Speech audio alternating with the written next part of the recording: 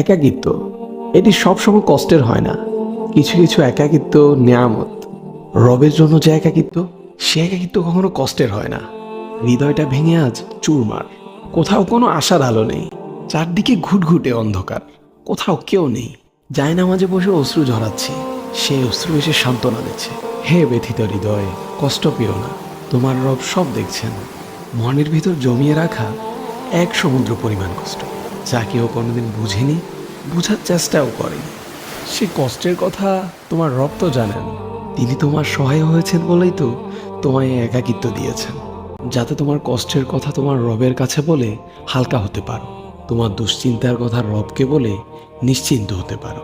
হে ব্যথিত হৃদয়, তুমি কি জানো না তোমার রব যে অসম্ভবকে সেকেন্ডের মধ্যেই সম্ভব করতে পারেন? তাহলে একাকিত্বকে তুমি কেন ভয় পাও? যে একাকিত্ব তোমায় বারবার রবের দিকে নিয়ে যায়, রবকে স্মরণ করিয়ে দেয়।